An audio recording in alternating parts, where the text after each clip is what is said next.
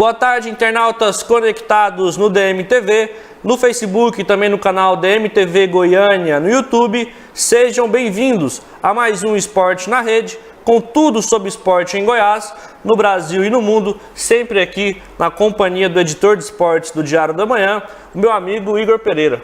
Tudo bem, Igor? Como é que você tá? Boa tarde, Zé. Boa tarde a todos os internautas conectados aí pelo Facebook do Diário da Manhã. Estamos aqui mais uma vez, mais uma quinta-feira, para falar aí de uma rodada movimentada de Série B e também de Copa do Brasil.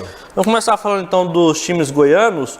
O Atlético Goianiense conseguiu aí na noite de terça-feira uma vitória muito importante, né? Venceu a equipe do Paysandu no Estádio Olímpico com o gol dele, sempre ele, Júnior Brandão. Vamos conferir aí como foi essa partida. Júnior Brandão, que é o artilheiro da Série B, né? Agora de forma isolada, 9 gols, né? O Atlético que teve até um pouco de dificuldades, teve um pênalti, né? Que o João Paulo praticamente recuou para o goleiro Renan. O João Paulo que foi inclusive muito vaiado, né? Pela torcida, não só pelo pênalti, pela má atuação. E só que no segundo tempo o Atlético acabou continuando se impondo e conseguiu aí o gol e a vitória com o Júnior Brandão. Essa vitória jogou aí o Atlético Goianiense para a terceira colocação, não é isso? A gente tá vendo o gol do Brandão ali, né? O 9º gol dele no campeonato, agora é o artilheiro isolado. Tem um a mais que o Lucão, do Goiás, que é o vice-artilheiro. E aí o Atlético está em terceiro, só que ele precisa esperar o decorrer da rodada, né? Ele pode cair ainda 4 posições, ele pode perder posição para o Avaí, Curitiba, Goiás e Vila Nova. Só que a notícia boa para o Atlético é que Avaí, Curitiba e Goiás jogam fora de casa.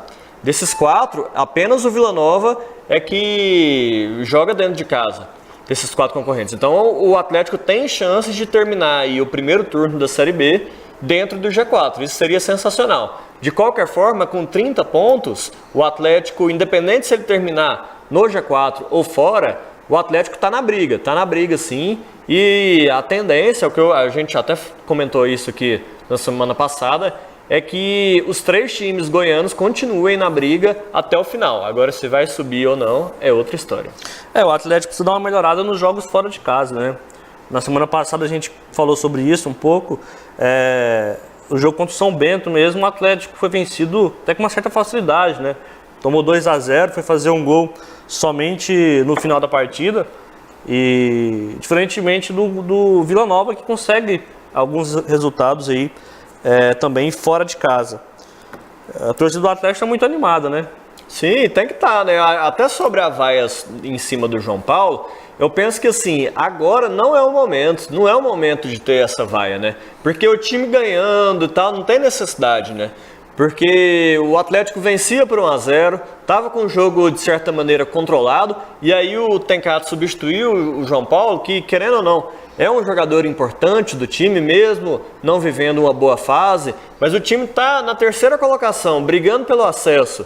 E aí você pega um jogador, assim, não é o momento. É claro que vai sempre é ruim, só que quando o time está num momento péssimo dentro da competição, brigando contra o rebaixamento, a gente entende as vaias dos torcedores, né? Só que agora o time está em terceiro lugar, brigando pelo acesso, e aí pega no pé em cima de um jogador, joga uma energia negativa no time. Eu penso que assim, acho que o torcedor tem que botar às vezes a mão na consciência um pouco. É claro que é um pouco difícil você pedir isso para torcedor, né? O lado passional do torcedor é muito maior, né? Só que vamos combinar, né? O momento é muito bom para torcedor ficar perdendo tempo com vaia. Lembrando que o outro jogo da rodada, que já ocorreu, foi Figueirense 0, CRB também 0. Resultado bom para os goianos. Bom, né? Para os times goianos. O CRB conseguiu segurar o Figueirense jogando em Santa Catarina, num frio danado, né? Sim, até o Jorge Henrique teve que aquecer o menininho lá, né? Isso. Então, isso dá o exemplo, Zé, de que a Série B está muito equilibrada. Figueirense dentro do G4, pegando o CRB dentro da zona de rebaixamento, o CRB foi lá e segurou o Figueirense. Então, assim, Série B é um campeonato extremamente equilibrado e todas as equipes vão tropeçar. É a coisa mais natural do mundo, os tropeços de todas as equipes. O Goiás enfrenta a equipe do Brasil de Pelotas, no Rio Grande do Sul, neste sábado às 16h30, enquanto o Vila Nova recebe o São Bento, também no mesmo horário, sábado, 4h30 da tarde. O que esperar desses jogos? O Goiás, apesar assim, os dois times estão brigando contra o rebaixamento, né? Tanto o São Bento quanto o Brasil de Pelotas. Só que o Goiás, o fato dele jogar fora de casa, num clima totalmente diferente do daqui, que lá no Rio Grande do Sul, na Serra Gaúcha, vai estar frio. Apesar do jogo ser 4h30, pode ter certeza que lá vai estar cerca de 16, 15 graus. Porque é o que está fazendo lá mesmo à tarde, pela tarde.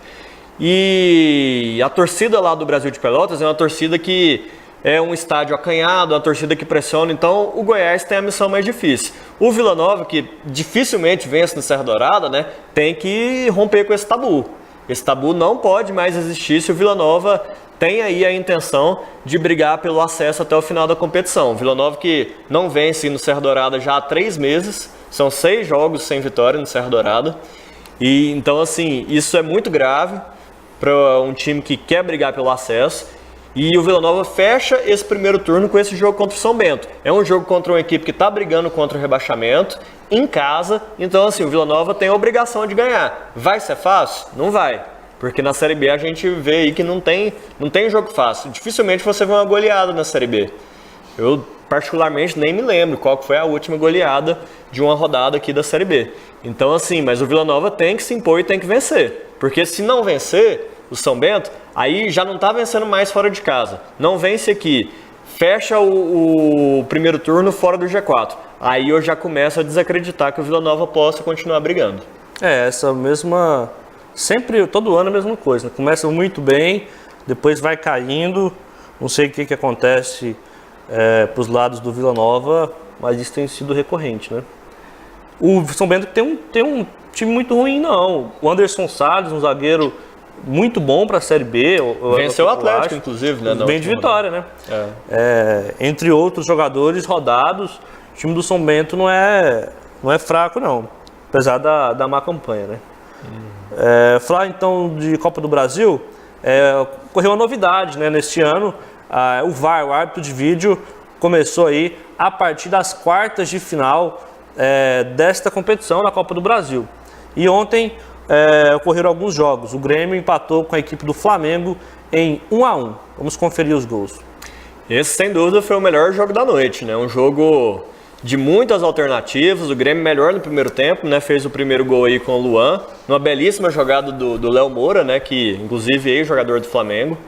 E o Grêmio foi um pouco melhor no primeiro tempo, mas o Flamengo também teve várias chances. O Flamengo teve inúmeras chances no primeiro tempo. O time do Flamengo muito ofensivo, né? Joga com um volante apenas, 3 meias, 2 atacantes. É um time que propõe muito o jogo. E só que no segundo tempo só deu o Flamengo. No segundo tempo o Grêmio se encolheu. O Everton acabou saindo do time do Grêmio sentindo ali um desconforto. E aí o Flamengo foi pra cima, não estava nem aí que estava na arena do Grêmio lotada, se impôs, criou várias chances e acabou sendo premiado com um gol no finalzinho. A gente vê aí os melhores momentos no segundo tempo, que o Flamengo partiu pra cima do Grêmio, não quis saber. E foi premiado com um gol no final. Vai ser um grande jogo na volta no Maracanã. Nada decidido, né? Nada decidido, mas eu coloco o Flamengo como favorito. Para mim, o time do Flamengo tem mais valores individuais que o time do Grêmio, que apesar de ter uma marcação forte, ter um ataque muito forte, a gente vê o gol do Lincoln, que é um menino de 17 anos que entrou ontem e empatou o jogo pro Flamengo. Eu acho que o Flamengo tem mais jogadores em condição de decidir uma partida difícil como essa. Tem ali o Everton Ribeiro, que ontem fez uma boa partida, o Diego muito participativo, o Paquetá subindo muito de produção desde o começo do ano. Joga demais o Paquetá. E aí aparece esse menino Lincoln aí, que decidindo. Acho que o torcedor do Flamengo já não tá nem aí pro Guerreiro mais. O Guerreiro não deve renovar, não. O Guerreiro pedindo um valor fora da realidade, um valor que se ele tivesse arrebentado no Flamengo, né, tudo bem. Você pode... jogador que vem de 6 meses parado por doping, né?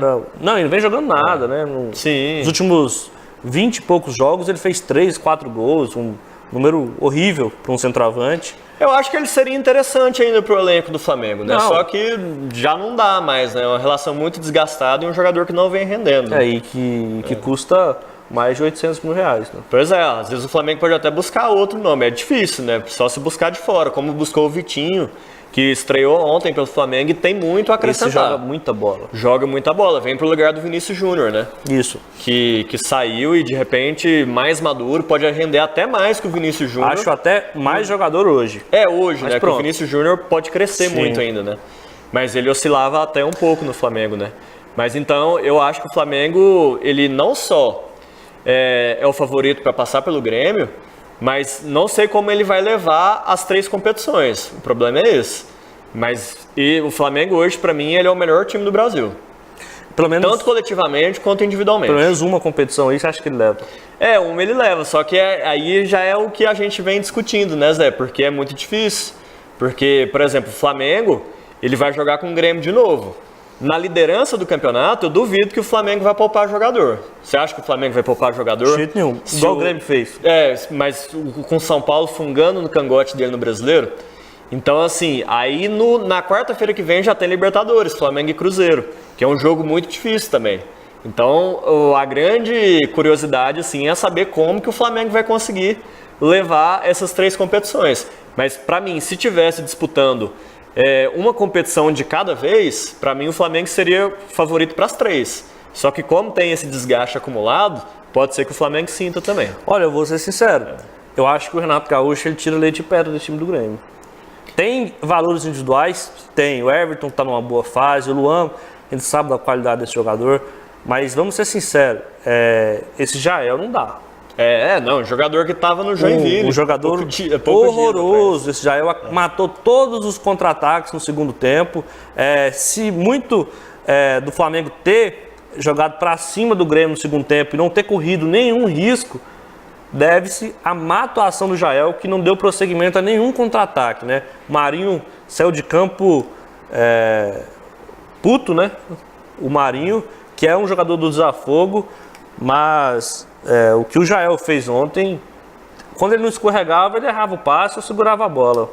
Impressionante a falta de qualidade e de domínio de bola desse jogador. Agora, falando do Léo Moura, muita gente falando, como que o Léo Moura ainda joga em alto nível? Simples, ele é o único lateral brasileiro que vai na linha de fundo e levanta a cabeça. Sim, ele tem qualidade, Só qualidade. Só que ele não tem mais o mesmo preparo físico, né? Tanto que dificilmente ele completa uma partida. Pois é. E ontem ele saiu por cansaço. Muitas vezes eu vi o René no segundo tempo indo na linha de fundo e dando um balão errado. O Rodinei nem se fala. Marcelo Oliveira. Aí o Léo Moura chega na linha de fundo, levanta a cabeça e coloca na cabeça dos atletas do Grêmio. Então, e ontem ele deu uma bela assistência pro Luana. Sim, por isso que, mesmo beirando os 40 anos de idade, o Léo Moura continua jogando em alto nível. Um dos melhores laterais brasileiros aí dos últimos tempos no futebol brasileiro é o Léo Moura. E ultimamente tem sido difícil, né? Tem sido difícil arrumar jogadores para essa posição, né? Tanto para a esquerda quanto para a direita. Mas, infelizmente, é o que a gente vem falando, né? O Léo Moura, ele joga muito ainda, tem 38 anos, só que ele não aguenta a intensidade nos 90 minutos. Isso já é nítido há algum tempo, né? Então, o Renato tem que dosar muito isso. Tanto que ontem ele tirou o Léo Moura quando o Grêmio vencia por 1-0 e saiu o Luan, saiu o Léo Moura e o Grêmio caiu muito de produção. E o Flamengo abafou até o final. Então, o resultado para mim foi muito... refletiu muito o jogo. O Grêmio melhor no primeiro tempo, depois perdeu o gás e o Flamengo foi para cima e conseguiu um empate. O Grêmio tem um bom goleiro, a dupla de zaga, na minha opinião, é a melhor do Brasil. Peca muito nas laterais, eu acho que o Cortez também, outro. Se o Jael estava no Joinville, o Cortez estava no Criciúma. Não conseguiu jogar no Criciúma, o Cortez. Então, sente muita falta do Arthur. Acho que perdeu muita qualidade desse time do Grêmio, acho que não deve chegar, não. Vamos falar, então, do Campeonato Goiano, da segunda divisão. O Goiânia acabou derrotado para o Trindade. 1-0, gol do Flávio Caça-Rato. Resultado horrível para o Goiânia, né? Goiânia que precisava pelo menos pontuar aí. Ganhou uma, perdeu outra e tá ali. E empatou a segunda, né? Bom ressaltar que foi a primeira derrota do Goiânia e o primeiro gol que o Goiânia levou, né? Então, assim, é um resultado ruim, porque o Goiânia havia até empatado em casa com o Goianésia, né? Porém, venceu o América de Morrinhos fora de casa e tá ali com 4 pontos, tá no bolo. Não era um resultado legal para o Goiânia, não. Poderia ter buscado pelo menos um empate. Mas eu vi grande parte do jogo ontem pelo Facebook, tem uma emissora transmitindo. E não gostei do Goiânia, não. Goiânia é muito apático, muito atrás. O Edson Júnior vai ter trabalho. Talvez, assim, pensaram que fosse fácil essa divisão de acesso por subir 4 times, mas não sei não. É uma divisão de acesso muito equilibrada e o Goiânia vai ter muito trabalho. Agora o Goiânia vai pegar o Craque, que é um time de camisa, né, um time tradicional, no Estádio Olímpico e com a faca no pescoço, né? O Goiânia tem que ganhar, porque se não ganhar, é um campeonato que não é muito longo, né? Que não permite muita recuperação, apesar de ser pontos corridos. São 14 rodadas, né? Já vamos para a quarta, já estamos quase com 1/3 do campeonato. Então, se o Goiânia não ganhar do Craque no Estádio Olímpico, já começa a ficar muito pressionado e depois vai ser difícil buscar lá na frente. Vamos falar então do Botafogo. O Botafogo foi derrotado por Nacional do Paraguai 2-1 pela Copa Sul-Americana. A derrota custou o cargo do técnico Marcos Paquetá, que foi demitido ainda no vestiário. Não, é uma piada, né? O Paquetá que foi contratado durante a Copa do Mundo, porque o Valentim foi para o Pirâmides do Egito, né? E aí 5 jogos, não conseguiu vencer, você vê que não tem planejamento nenhum. 4 derrotas, né? Eu acho que, inclusive, o Botafogo, que ontem quase conseguiu um empate na Sul-Americana fora de casa, que seria um bom resultado. Não foi um resultado tão ruim, lembrando que na Sul-Americana existe o critério de gol fora de casa, só que, para mim, a diretoria do Botafogo foi muito oportunista. Eu acho que tinha gente no Botafogo até torcendo por uma derrota, para não ter que demitir o Paquetá com um resultado positivo. Porque como o Zé Ricardo está no mercado e o Jair Ventura está no mercado, de novo, o Botafogo quer fechar com um desses 2 treinadores, que há pouco tempo atrás não estava no mercado, né? Nem o Zé Ricardo e nem o Jair Ventura. Então eu acho que foi uma atitude muito oportunista, de quebrar o planejamento para tentar fechar com um desses 2 treinadores. Não sei se vai dar certo. Eu acho que o Botafogo tem um time muito limitado e que vinha sendo salvo até o ano passado pelo Jair Ventura. Talvez eles queiram repetir essa fórmula. Tudo indica que o Zé Ricardo seja apresentado nesta sexta-feira. Apresentado não, anunciado nesta sexta-feira. Eu, se fosse o Zé Ricardo, não assumiria. Acho outra bomba aí pro Zé Ricardo pegar. O Vasco já era até o final do ano, né? Não tem muita alternativa. Acho que o Zé Ricardo, quando deixou o Vasco, disse que gostaria de voltar a trabalhar apenas no ano que vem, né? Acho, inclusive, o time do Botafogo mais limitado do que o do Vasco. Não sei, às vezes ele que está desempregado, né? Tem como falar por ele, mas pensando na carreira, não assumiria a equipe do Botafogo. E lembrando que o Felipe Neto, né, que é o youtuber que patrocina o Botafogo, antes do jogo pediu a demissão do Marcos Paquetá. Isso é muito ruim, né? Isso mostra interferência externa no clube, mostra que o clube talvez não tenha comando, que sofre muita pressão e não sabe administrar essa pressão, e que, acima de tudo, a pior falha, não tem planejamento. Porque você contratar um treinador e demitir ele com 5 jogos, com menos de um mês de trabalho, é total falta de planejamento. Por exemplo, o Euriquinho, que era o diretor de futebol do Vasco na era do Eurico Miranda, ele também publicou no Twitter dizendo que o Jorginho ali, o pessoal nos bastidores, estão querendo demitir o Jorginho. Então o Jorginho vai para um jogo contra o São Paulo, que é um jogo dificílimo, né? A chance do Vasco ganhar do São Paulo no Morumbi na atual circunstância é muito pequena. Não se assuste se o Jorginho também for mandado embora, com tantos nomes disponíveis no mercado, né? O Cruzeiro conseguiu uma ótima vitória jogando fora de casa, também pelas quartas de final da Copa do Brasil. Vamos conferir o único gol da partida, o gol do Raniel. O Cruzeiro que não fez uma grande partida, Zé. Na verdade, essa partida foi bem ruim. Jogo horrível. Para ser bem sincero. Só que o Cruzeiro tem uma superioridade técnica perante ao Santos e melhorou quando saiu o Barcos, que vem jogando muito mal pelo Cruzeiro, e entrou o Raniel, que é um menino novo, 20 e poucos anos, que veio de Santa Cruz e que toda vez que entra faz gol. Então, assim, o Barcos veio com todo aquele status, só que é um jogador de 34 anos, pesado, perdeu o pênalti contra o São Paulo, fez um belo gol, é verdade, na rodada anterior do Campeonato Brasileiro. Só que toda vez que o Raniel entra, ele tem maior movimentação, tá com maior presença de área e conseguiu fazer um belo gol, um gol de centroavante, né? Que ele pega, faz o pivô, gira e bate cruzado. Então, assim, não dá pra entender, assim, essa insistência no Barcos apenas pelo nome. Sendo que toda vez que o Raniel entra melhor. E ontem o Rafinha entrou também no lugar do Robinho, entrou melhor. E a jogada do gol foi justamente, começou com o Rafinha e terminou com o Raniel. Cruzeiro vence por 1-0. Pra mim, coloca um pé nas semifinais. Acho que dificilmente, pode acontecer, é óbvio, não seria um absurdo, só que eu acho que a chance do Santos vencer no Mineirão beira a 20%, assim. É uma chance considerável, mas bem pequena. Para mim, o Cruzeiro é muito favorito para passar de fase e pode ser aí um dos candidatos ao título na Copa do Brasil, já que venceu a última e o Mano, ele é muito bom nesse tipo de competição de mata-mata. Ele sabe montar times, montar esquemas para vencer esse tipo de competição. Então o Cruzeiro é um dos grandes favoritos também. Na minha opinião, enquanto o Cruzeiro tiver o Mano Menezes, ele é favorito para todas as competições. O Mano Menezes, na minha opinião, é o melhor treinador do Brasil. Ele é o cara mais competitivo. Ele pode jogar fora de casa, que ele vai complicar qualquer jogo. É muito difícil, principalmente, como você disse, competição mata-mata. Ele é especialista nesse tipo de competição. Só que naquilo que a gente falava, o planejamento do Cruzeiro esse ano, novamente, é para as competições mata-mata.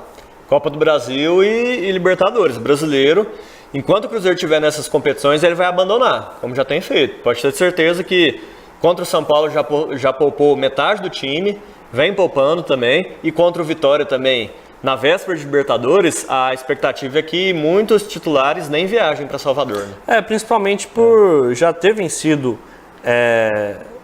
um Campeonato Brasileiro nos anos 2000, né? Tem time, por exemplo, o Atlético Mineiro, que pode colocar o Campeonato Brasileiro como prioridade.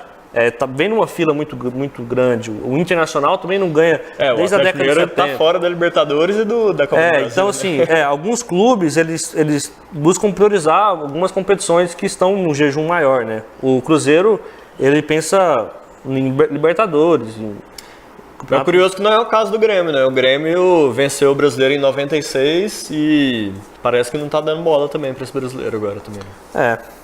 Uma pena, né? Porque o Campeonato Brasileiro muito longo e ganhar o Campeonato Brasileiro é algo que você tenta conquistar ali durante o ano inteiro. É muito gratificante isso. A gente já falou sobre isso algumas vezes, mas pro internauta que não acompanha muito, ou está acompanhando a primeira vez, né? Esse lance de a CBF esticar a Copa do Brasil até novembro e a Conmebol esticar a Libertadores até dezembro, né? Praticamente também, matou o Campeonato Brasileiro, né? Matou o Campeonato Brasileiro. A competitividade do brasileiro caiu muito nesses últimos 2, 3 anos em que houve essa mudança. Porque quando a Libertadores e a Copa do Brasil iam até agosto, julho, já definia tudo e todo mundo focava no brasileiro. Agora não, agora é uma pena mesmo. Dava para correr atrás do segundo semestre. Né? A gente viu que a competitividade do ano passado caiu muito, porque o Grêmio, que era o vice colocado, segundo colocado, praticamente largou o campeonato, entregou o campeonato para o Corinthians. E, infelizmente, eu acho que isso não vai acontecer, porque quem está na liderança hoje é o Flamengo. Então ele não vai abrir mão sendo líder do campeonato, né? Mas mesmo assim ele pode encontrar dificuldades por conta disso, né? Que está disputando 3 competições. Enquanto o São Paulo não disputa a Libertadores, né? E nem a Copa do Brasil. Está só na Sul-Americana e pode ser, inclusive o São Paulo joga hoje na Sul-Americana e pode poupar metade do time. Ou seja, o São Paulo vai focar no Campeonato Brasileiro. A informação é essa, o São Paulo não vai poupar a equipe toda, mas vai levar um time misto aí. Pro Morumbi, São Paulo e Colón, jogo duríssimo, né? O Colón da Argentina é um jogo muito duro. São Paulo que quer vencer o Campeonato Brasileiro. Vai apostar as fichas do Campeonato Brasileiro, e tá certo, porque a gente sabe que a Sul-Americana não é tão valorizada quanto a Libertadores. E o elenco do São Paulo também não é o elenco do Palmeiras. Então assim, pro São Paulo conquistar mais uma Sul-Americana, ele que já conquistou uma, inclusive, não vai engrandecer tanto assim a galeria de troféus do São Paulo, né? E uma vaga na Libertadores ele pode conquistar pelo Campeonato Brasileiro, né? E além do título brasileiro também. Quem vem em grande fase é o atacante paraguaio Romero. Corinthians venceu a equipe da Chapecoense com gol dele. Vamos conferir. Ele que vem numa boa fase e esse garoto aí, o Pedrinho, também é um bom jogador, viu? Jogador pra gente ficar de olho. Copa de 2022, pode confiar que esse menino joga muita bola. Precisa melhorar a finalização. E ontem ele meteu uma bola no travessão, chutou bem demais também. Mas é um jogador que, assim, novo, que tem muito a crescer também. Ele acabou tendo oportunidades justamente porque jogadores que estavam no Corinthians acabaram saindo, né? Então, o Corinthians que vem sofrendo um desmanche, né? Mas vem colocando aí esses garotos novos, né? O Romero, que já tem uma certa experiência, né? Já está há algum tempo. O Matheus Vital, que veio do Vasco e que tá recebendo oportunidades no time do Corinthians depois que o Rodriguinho foi embora também, né? Então, assim, o Corinthians é um time que ele tem que apostar nessa Copa do Brasil, para mim. Ele tem que apostar na Copa do Brasil, que é onde ele tem chance de título. Porque no Brasileiro ele não vai chegar. Chega não. Isso é um fato. Ele não tem time, não tem elenco. Então, assim, acho que a Copa do Brasil é onde o Corinthians tem que apostar todas as suas fichas. Porque passando agora, ele pega o vencedor de Flamengo ou Grêmio.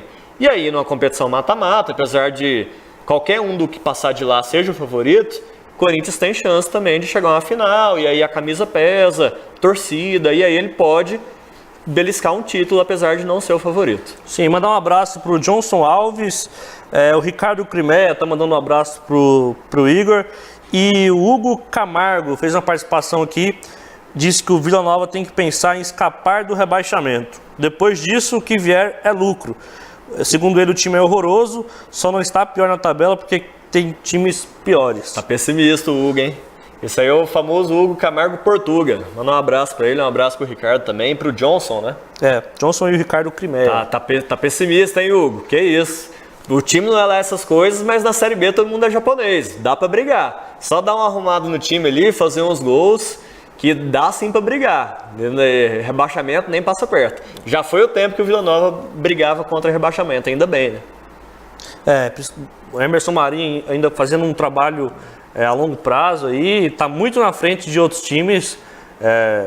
Acredite, tem time mais bagunçado que o Vila Nova, né? Sem dúvida. Vamos falar então dos jogos de hoje. São Paulo e Colón, Fluminense e Defensor do Uruguai. Jogo duro pro Fluminense, hein? No Maracanã. O Fluminense que tá tentando se reestruturar com o Marcelo Oliveira. Marcelo Oliveira que bicampeão brasileiro pelo Cruzeiro, fez um grande trabalho no Curitiba e depois levou muita porrada pelos trabalhos que não foram bons, né? Que foi no Palmeiras, no Vasco foi até antes aqui do Cruzeiro, né? E no Atlético Mineiro. E tá tentando aí uma retomada de carreira e vem conseguindo bons resultados pelo Fluminense nessas últimas rodadas. O time do Fluminense também muito limitado, muita crise financeira. Só que o Marcelo Oliveira pode conseguir alguma coisa aí. Sul-Americana é um campeonato com nível baixo também. Então, assim, o Fluminense que não está brigando por nada no Campeonato Brasileiro, não está brigando sequer pelo G6 por enquanto, né? Então ele pode sim apostar as suas fichas no Sul-Americana. O Sul-Americana é um campeonato bem interessante nesse momento para o Fluminense. Esses times que estão em crise financeira devem apostar nas categorias de base e em contratações baratas. Quais são os 3 destaques dos times goianos? Michael, Júnior Brandão. Mas o Michael não é contratação barata, não.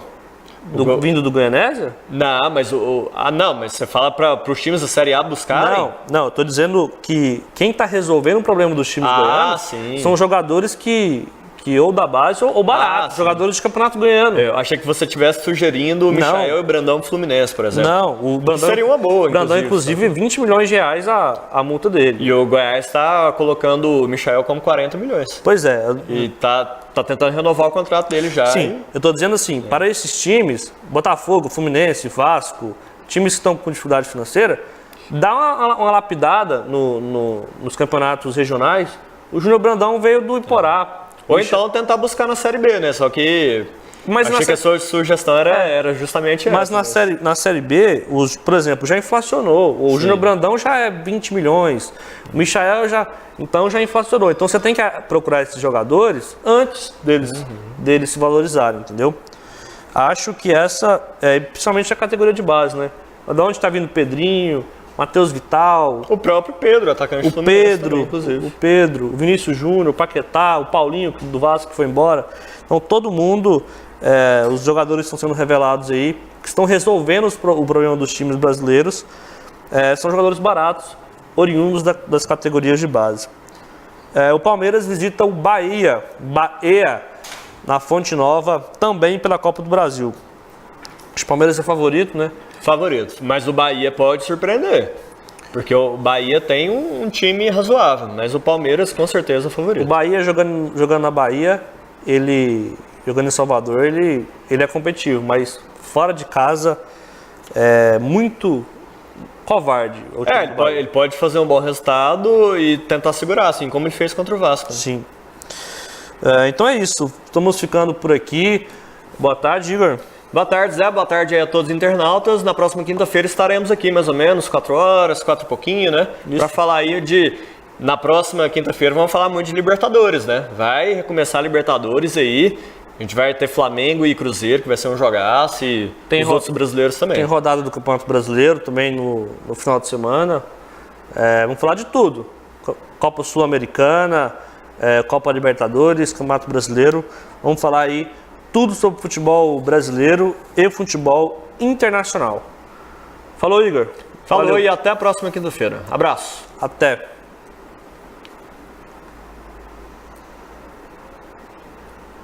Vamos continuar falando sobre o Campeonato Goiano. O Goiânia e Trindade. Já que continua aí o programa, vamos falar sobre Trindade e Goiânia. Sim, e o Goiânia que vai enfrentar o Crack, como a gente frisou ali, e tem que ganhar, né? Tem que ganhar para continuar brigando pelo G4. Isso. E aí a gente traz também na quinta-feira que vem a divisão de acesso também, né? A divisão de acesso que está muito disputada esse ano, né? O Trindade mesmo, se você assistiu o jogo do Goiânia e Trindade, você acha que o Trindade tem condições aí de pleitear um acesso? Tem também. Na divisão de acesso está muito equilibrada. Acho que os 10 times têm possibilidade, sim, de... Não digo os 10, acho que talvez não o Evangélica, talvez não o Jaraguá, mas tendo 4 vagas, eu acho que vai ser muito disputado também, vai ser muito equilibrado. Então é isso, estamos ficando por aqui. Até a próxima quinta-feira, mais um Esporte na Rede.